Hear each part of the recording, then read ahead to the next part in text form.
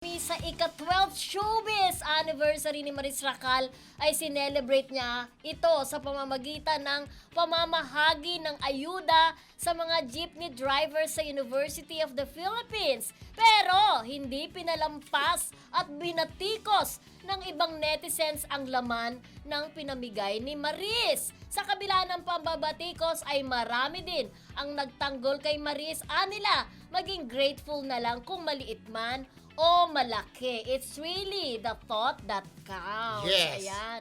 Parang kasi may mga nabasa ako na sinasabi nila Kuya Ronald tsaka Rodel na parang ba yan, tagi 1 kilong bigas, sabi daw ganyan. 1 kilo lang ba yun? Tapos Isang parang kilo, hindi ito- naman 1 Hindi kilo. naman 1 kilo. Hindi, yun. parang nakita yung plastic, parang isang kalating kilo. Hindi naman Hindi. kalating kilo yan. Malaki, oh. Malaki siya, parang nasa 2 kilos naman. Oo. Pero still Oo. sa akin kay 1 kilo, kay 2 Oo. kilo, dapat maging thankful pa na ikaw ay naalala, kung tutusin, hindi ka naman mag-anak. Tsaka ng manok namigay daw, Nagbigay oo. tulong na nga si Maris, Correct. tinitira pa. Kaya ang problema kasi, since dahil akala, alam nila, artista, Oo. dapat malaki. Hindi po, sabi nga is, counts that counts. It's the thought that It's the counts. thought that- Hindi, kasi ganito Naalala, yun. diba? Ang pinanggagalingan kasi nila, yung mga naunang nagbigay. Katulad ni Kim Chiu, di ba, nagbigay siya ng 500 pesos, tsaka mga groceries. Tapos meron din nagbigay pa na ibang artista Sila Maria, may mga sumunod na mga artistang nagbigay.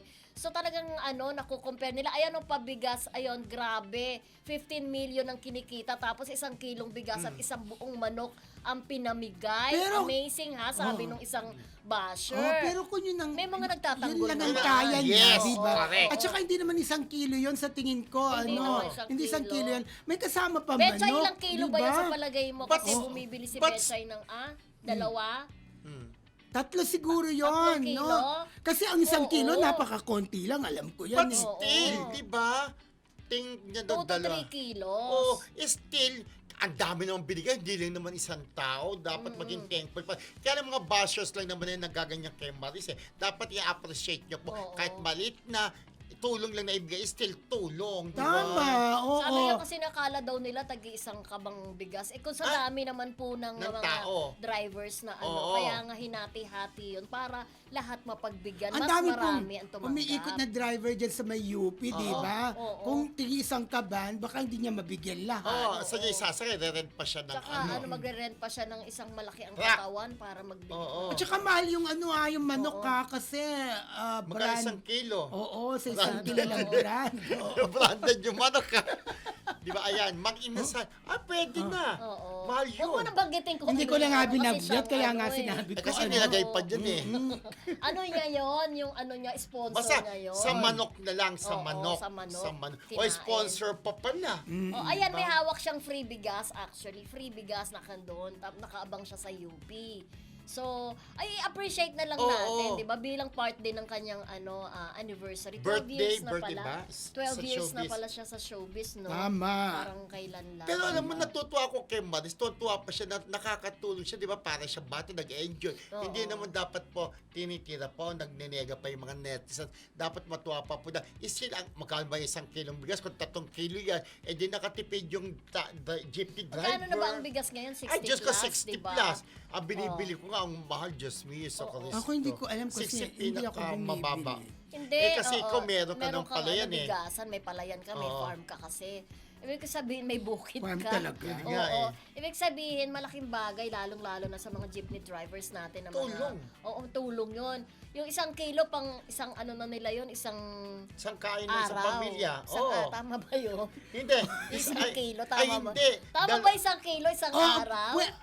kung halimbawa, konti lang kayo sa pamilya ninyo, Oh. pwede yung 1 kilo, isang araw. Pero kung marami kayo, baka Pero, isang lang yun. isang kainan, Isang tanghalian kainan lang. lang.